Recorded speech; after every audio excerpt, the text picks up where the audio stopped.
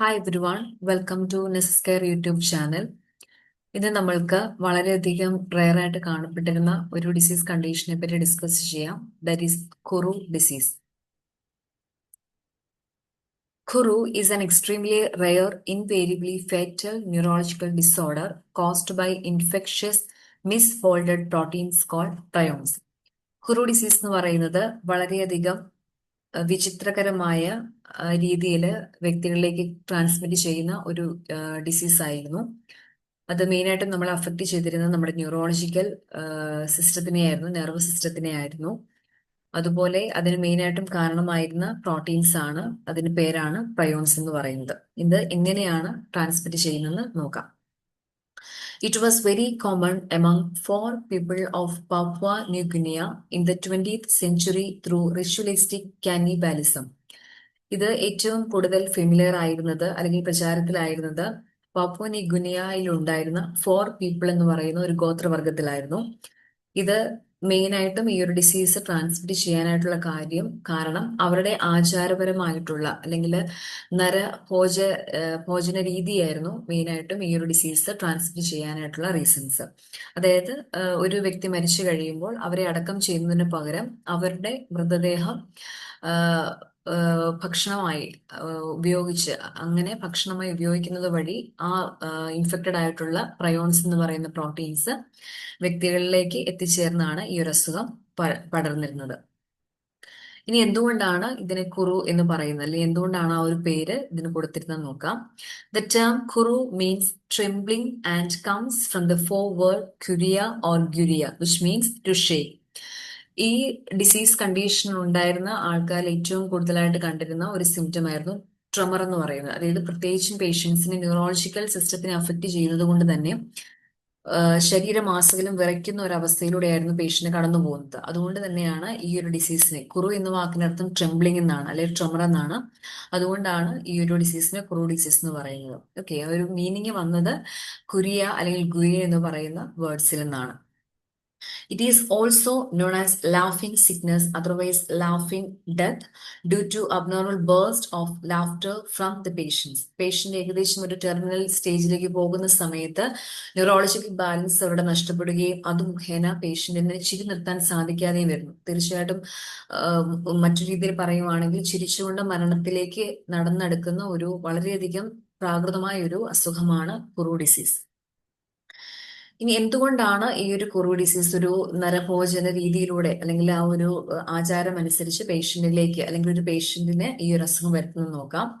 The cause, it is a transmissible spongiform encephalopathy, that is prion disease, meaning abnormal proteins accumulate in the brain and slowly destroy healthy nerve tissue, giving the brain a spongy appearance. അതായത് ഒരു മരിച്ച വ്യക്തിയുടെ brain consume ചെയ്യുന്നത് വഴി abnormal ആയിട്ടുള്ള proteins, അതായത് prions എന്ന് പറയുന്ന പ്രോട്ടീൻസ് ആ വ്യക്തിയുടെ ശരീരത്തിലേക്ക്, ആരാണോ ആ ഒരു മൃതശരീരം ഭക്ഷിച്ചത്, പ്രത്യേകിച്ച് അവരുടെ ബ്രെയിൻ ഭക്ഷിച്ചത്, ആ വ്യക്തിയുടെ ശരീരത്തിലേക്ക് എത്തുകയും അത് മുഖേന ആ വ്യക്തിയുടെ നെർവസ് സിസ്റ്റത്തിനെ അത് അഫക്ട് ചെയ്യുകയും നമ്മുടെ നെർവസ് സിസ്റ്റം, ബ്രെയിൻ ഒരു സ്പോഞ്ചി അപ്പിയറൻസ് ആയിട്ട് ഒരുപാട് ഹോൾസ് ക്രിയേറ്റ് ചെയ്യുന്ന രീതിയിൽ ഒരുപാട് ഒരു സ്പോഞ്ചി അപ്പിയറൻസ് ആയിട്ട് നമ്മുടെ ബ്രെയിൻ കൺവേർട്ട് ചെയ്യുകയും ചെയ്യും.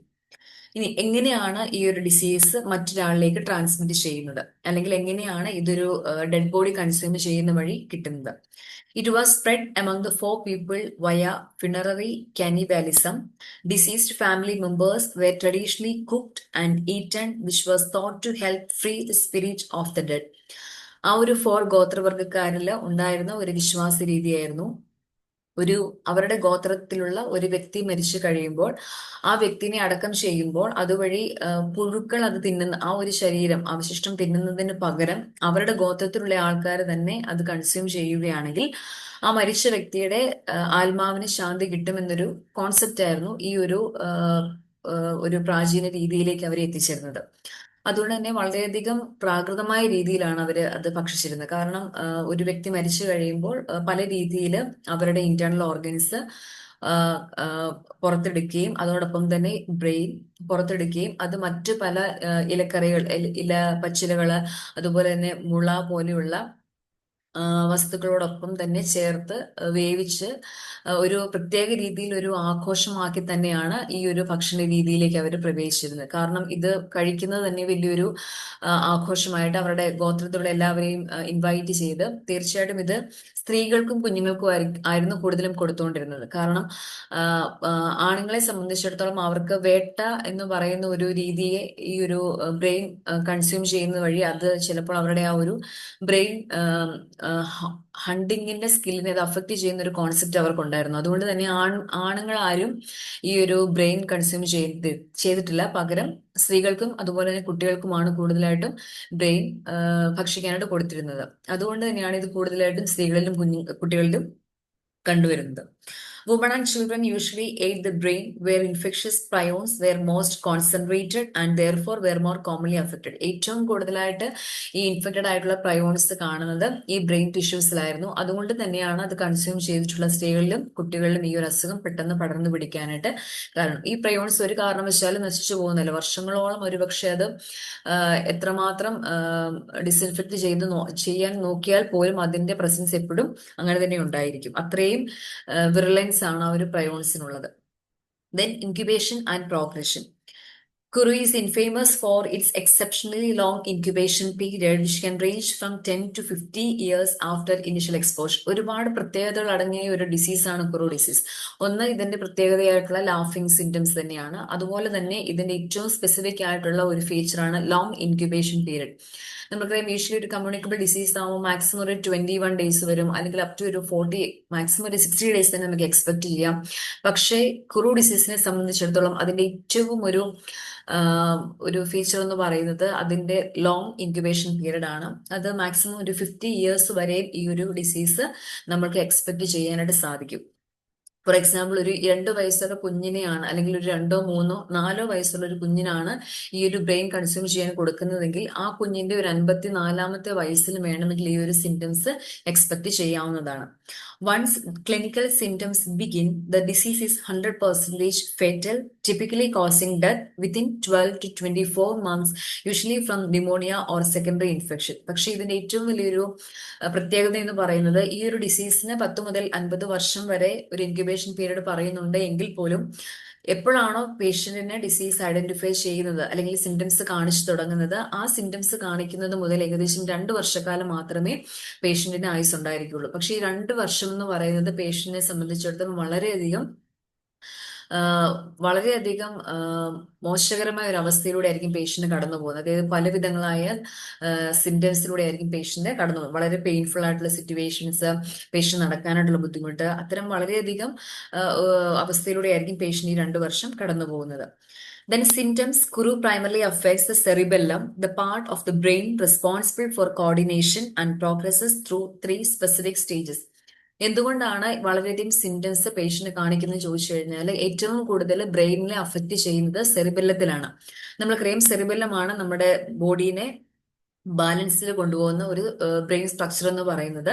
സോ ഈ മിസ്ഫോൾഡഡ് ആയിട്ടുള്ള പ്രയോൺസ് എന്ന് പറയുന്ന പ്രോട്ടീൻസ് നമ്മുടെ ബ്രെയിനിൽ അഫക്ട് ചെയ്യുന്ന സെറിബെല്ലം പാർട്ടിലാണ്. അതുകൊണ്ട് തന്നെ 3 സ്റ്റേജിലായിട്ടായിരിക്കും പേഷ്യന്റ് സിംറ്റംസ് കാണിച്ചു തുടങ്ങുന്നത്. That is ambulant stage, sedentary stage and terminal stage. First stage is ambulant stage. It is mainly characterized by unsteadiness in walking, loss of coordination and tremors. Patient ഏറ്റവും initial ആയിട്ട് സ്റ്റേജിൽ കാണുന്ന features അടങ്ങുന്ന സ്റ്റേജാണ് ആംബുലന്റ് stage എന്ന് പറയുന്നത്. ഈ സമയത്ത് പേഷ്യന്റിന് നടക്കുന്നതിന് ബുദ്ധിമുട്ടുണ്ടാവത്തില്ല, പക്ഷേ പേഷ്യന്റിന് ഒരു അൺസ്റ്റഡിനെസ് ആയിരിക്കും. അതായത് സെറിബെല്ലം ഇൻഫെക്റ്റഡ് ആയി തുടങ്ങി, അതുകൊണ്ട് തന്നെ ന്യൂറോ മസ്കുലർ കോർഡിനേഷൻസിനെ അത് അഫക്ട് ചെയ്യാം. സോ പേഷ്യന്റിന് നേരെ രീതിയിൽ നടക്കാനായിട്ട് ബുദ്ധിമുട്ട് അനുഭവപ്പെടും. അതായത് പേഷ്യന്റ് നടക്കുമ്പോൾ വേച്ചു പോകുന്നു, അല്ലെങ്കിൽ മറ്റൊരാളുടെ സഹായം വേണ്ടി വരുന്നു, അല്ലെങ്കിൽ പേഷ്യന്റ് നടക്കുന്നതിനോടൊപ്പം ദേഹമാസകലും വിറയൽ അനുഭവപ്പെടുന്നു. ഇതൊക്കെയാണ് ഈ ഒരു സ്റ്റേജിൽ കാണുന്ന ഫീച്ചേഴ്സ്. ദെൻ സെഡൻറ്ററി സ്റ്റേജ് എന്ന് പറയുന്നത് ദ സെക്കൻഡ് സ്റ്റേജ് ആണ്. Patient loses the ability to walk unassisted and experiences severe involuntary muscle jerks, shivers and slurred speech. ഈ സമയത്ത് കുറച്ചുകൂടെ അഡ്വാൻസ്ഡ് ആയിട്ടുള്ള സിംറ്റംസ് പേഷ്യന്റ് കാണിച്ചു തുടങ്ങും. മറ്റൊരാളുടെ സഹായമില്ലാതെ പേഷ്യന്റ് നടക്കാനായിട്ട് സാധിക്കാത്ത ഒരു അവസ്ഥയിലേക്ക് പേഷ്യന്റ് വരും. അതുപോലെ സംസാരിക്കുന്ന സമയത്ത് ക്ലിയർ ആകാതെ വരിക, കാരണം ഇത് നെർവ് ഇൻവോൾവ്മെന്റ് വന്നത് കാരണം തന്നെ പേഷ്യന്റിന് സംസാരത്തിൽ ബുദ്ധിമുട്ട് അനുഭവപ്പെടാറുണ്ട്. അതുപോലെ തന്നെ മസിൽ ജർക്കിംഗ് മൂവ്മെന്റ്സ് പേഷ്യന്റിന് വരാം. അതുകൊണ്ടാണ് നമ്മൾ ഇതിനെ കുറു എന്ന് പറയാൻ കാരണം.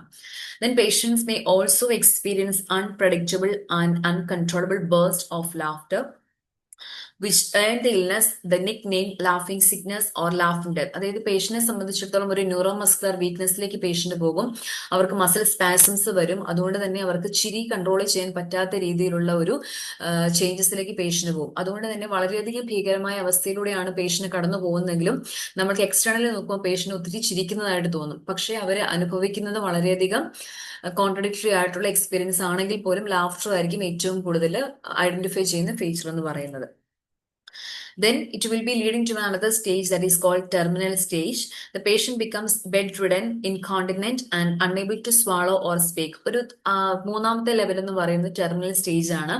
അതായത് പേഷ്യന്റിനെ സംബന്ധിച്ചിടത്തോളം ഒരു രീതിയിലും നടക്കാനായിട്ട് ബുദ്ധിമുട്ട് അനുഭവപ്പെടുന്ന രീതിയാണ്. അതായത് കംപ്ലീറ്റ് ഒരു ന്യൂറോ മസ്കുലർ ഇമ്പയർമെന്റിലേക്ക് പേഷ്യന്റ് പോകുന്നു, കംപ്ലീറ്റ് ബെഡ്രിഡനിലേക്ക് പേഷ്യന്റ് പോകുന്നു, ഇൻകോണ്ടിനൻസ് അവർക്ക് നെർവ് ഡാമേജ് വന്നതിന് ശേഷം അവർക്ക് bladder and bowl capacity lost ആവുന്നു. അതുപോലെ തന്നെ ഈവൻ അവർക്ക് സംസാരിക്കാൻ സാധിക്കത്തില്ല, അവർക്ക് ഭക്ഷണം കഴിക്കാൻ സാധിക്കത്തില്ല, ഈവൻ വെള്ളം പോലും ഇറക്കാൻ സാധിക്കത്തില്ല. അങ്ങനെ ഡെത്ത് സംഭവിക്കുന്ന മെയിനായിട്ടും as A result of malnutrition, dehydration or secondary infections like pneumonia. നമുക്കറിയാം ഒരു ബെഡ്രിഡൻ സ്റ്റേറ്റസ് ഒരു കുറച്ച് നാൾ പ്രൊലോങ് ചെയ്ത് പോകുമ്പോൾ ഓട്ടോമാറ്റിക്കലി ഇൻഫെക്ഷൻസ് ആയിട്ടുള്ള ന്യൂമോണിയ അഫക്റ്റ് ആവാം. അതുപോലെ തന്നെ പേഷ്യന്റ് ഒരു രീതിയിലും ഭക്ഷണം ഇറക്കാൻ സാധിക്കുന്നില്ല, അതുകൊണ്ട് തന്നെ മാൽന്യൂട്രീഷൻസിലേക്ക് പേഷ്യന്റ് എത്താം. അതുപോലെ തന്നെ ഡീഹൈഡ്രേഷൻ, ആ രീതിയിലും പേഷ്യന്റിലേക്ക് ഡെത്ത് കടന്നു വരാം. ഇനി എന്തെങ്കിലും സ്പെസിഫിക് ആയിട്ട് ട്രീറ്റ്മെന്റ് ഈ ഒരു അസുഖത്തിനുണ്ടോ എന്നാണ് ചോദിക്കുന്നതെങ്കിൽ തീർച്ചയായിട്ടും ഒരു സ്പെസിഫിക് ക്യൂർ എന്ന് പറയാനായിട്ടില്ല. ഒരു പക്ഷേ ഇതൊരു 12 വയസ്സിലാണ് ഡയഗ്നോസ് ചെയ്യുന്നതെങ്കിൽ ഒരു 13-14 വയസ്സിനുള്ളിൽ തന്നെ ആ ഒരു വ്യക്തി മരണപ്പെടാം. പ്രത്യേകിച്ച് ഒരു വാക്സിനോ അല്ലെങ്കിൽ പ്രത്യേകിച്ച് ഒരു മരുന്നോ ഒന്നും ഈ ഒരു അസുഖത്തിന് കണ്ടുപിടിക്കപ്പെട്ടിട്ടില്ല. അതുപോലെ തന്നെ ഒരു സപ്പോർട്ടീവ് മാനേജ്മെന്റ് മാത്രം പേഷ്യന്റ് കൊടുക്കാം. അതായത് ഡീഹൈഡ്രേഷൻ ഉണ്ടെങ്കിൽ അതിന് പ്രിവെന്റബിൾ ആയിട്ടുള്ള രീതിയിൽ അല്ലെങ്കിൽ അതിനെ മാനേജ് ചെയ്യാവുന്ന രീതിയിൽ ഫ്ലൂയിഡ് സപ്പോർട്ട് അങ്ങനത്തെ കാര്യങ്ങൾ മാത്രമേ ഈ ഒരു ട്രീറ്റ്മെന്റ് മൊഡാലിറ്റി ആയിട്ട് കൺസിഡർ ചെയ്യാനായിട്ട് പറ്റുള്ളൂ. അപ്പൊ നിങ്ങൾക്ക് തോന്നും ഈ ഒരു ഡിസീസ് കണ്ടീഷൻ ഇപ്പോഴും റെലവെന്റ് ആയിട്ട് കാണുന്നുണ്ടോ, അതോ ഇത് കംപ്ലീറ്റ്ലി ഇറാഡിക്കേറ്റഡ് ആയിട്ടുണ്ടോ, അങ്ങനത്തെ കുറെ ക്വസ്റ്റ്യൻസ് നമുക്ക് തോന്നാം. Regarding the current status of this condition, the Australian administration in Papua New Guinea banned the practice of cannibalism in the 1950s and 1960s. ഇത് പണ്ട് ഏകദേശം ഒരു 60-70 വർഷങ്ങൾക്ക് മുൻപ് ഡയഗ്നോസ് ചെയ്യപ്പെട്ട ഒരു ഡിസീസ് കണ്ടീഷനാണ്. അന്ന് അത് ഈ കാനിബാലിസം അവിടെ പ്രാക്ടീസ് ചെയ്തിരുന്നത് കൊണ്ടാണ് ഈ ഒരു ഡിസീസ് കണ്ടീഷൻ ഇത്രയും ഔട്ട്ബ്രേക്ക് അവിടെ വന്നിരുന്നത്. പക്ഷേ ഓസ്ട്രേലിയൻ ഗവൺമെന്റ് 1950s തന്നെ ഈ ഒരു പ്രാക്ടീസിനെ ബാൻ ചെയ്തുകൊണ്ട് തന്നെ അതിന്റെ റെക്കറൻസ് എന്ന് പറയുന്നത് വളരെയധികം കുറഞ്ഞിട്ടുണ്ട്. As a result of this intervention, Kuru has been virtually eliminated. Because of the extreme incubation periods, isolated cases occasionally surface decades later, but today the disease is extremely rare. ഇതിന്റെ incubation period എന്ന് പറയുന്നത് നമ്മൾ പറഞ്ഞു 10 മുതൽ 50 വർഷം വരെയാണെന്ന് പറഞ്ഞു. അതുകൊണ്ട് തന്നെ 50 വർഷം ഒരു പേഷ്യന്റ് ഇൻക്യുബേഷൻ പീരീഡ് കടന്നു വന്നിട്ടുണ്ടെങ്കിൽ വളരെ റെയർ ആയിട്ട് 2-3 കേസുകൾ ഒത്തിരി വർഷങ്ങൾക്ക് ശേഷം റിപ്പോർട്ട് ചെയ്യപ്പെട്ടിട്ടുണ്ട്. പക്ഷേ 90% കേസസ് എലിമിനേറ്റ് ചെയ്ത രീതിയിലാണ് കൺസിഡർ ചെയ്യുന്നത്. ഏകദേശം ലാസ്റ്റ് കേസ്, അതായത് last documented and verified death from കുരു ഒക്കേർഡ് ഇൻ ദ ഇയർ 2009. ഏറ്റവും ലാസ്റ്റ് ആയിട്ട് കുരു ഡിസീസ് വന്ന വ്യക്തി മരണപ്പെട്ടതായിട്ട് കൺസിഡർ ചെയ്തിരിക്കുന്നത് 2009-ലാണ്. അതിനുശേഷം ഇതുവരെയും വേറെ കേസസ് ഒന്നും റിപ്പോർട്ട് ചെയ്യപ്പെട്ടിട്ടില്ല. സോ ഇത്രയുമാണ് നമ്മൾക്ക് കുരു ഡിസീസിനെ പറ്റി പറയാനുള്ളത്. We know that laugh is always bringing happiness except in Kuru disease. നമുക്കറിയാം സന്തോഷം എന്ന് പറയുന്ന അല്ലെങ്കിൽ ആഹ്ലാദം എന്ന് പറയുന്ന എല്ലാവരെയും സംബന്ധിച്ചിടത്തോളം വളരെയധികം സമാധാനം നൽകുന്ന ഒരു കാര്യമാണ്. പക്ഷെ കുരു ഡിസീസിനെ സംബന്ധിച്ചിടത്തോളം അവർ കടന്നു പോകുന്ന വളരെയധികം ശോചനീയമായ അവസ്ഥയിലും അവരെ എക്സ്റ്റേണലി നമ്മൾ നോക്കുമ്പോൾ അവരെപ്പോഴും ചിരിച്ചുകൊണ്ട് മരണത്തെ കാത്തിരിക്കുന്ന ഒരു വളരെയധികം ഭയാനകമായ ഒരു അവസ്ഥയാണ്. തീർച്ചയായിട്ടും ഞാൻ വിചാരിക്കുന്നു ഈ ഒരു ക്ലാസ് നിങ്ങൾക്ക് മനസ്സിലായെന്ന് വിചാരിക്കുന്നു. ഇനിയും മറ്റൊരു റെയർ കണ്ടീഷൻസുമായിട്ട് നമുക്ക് കാണാം. Okay, thank you.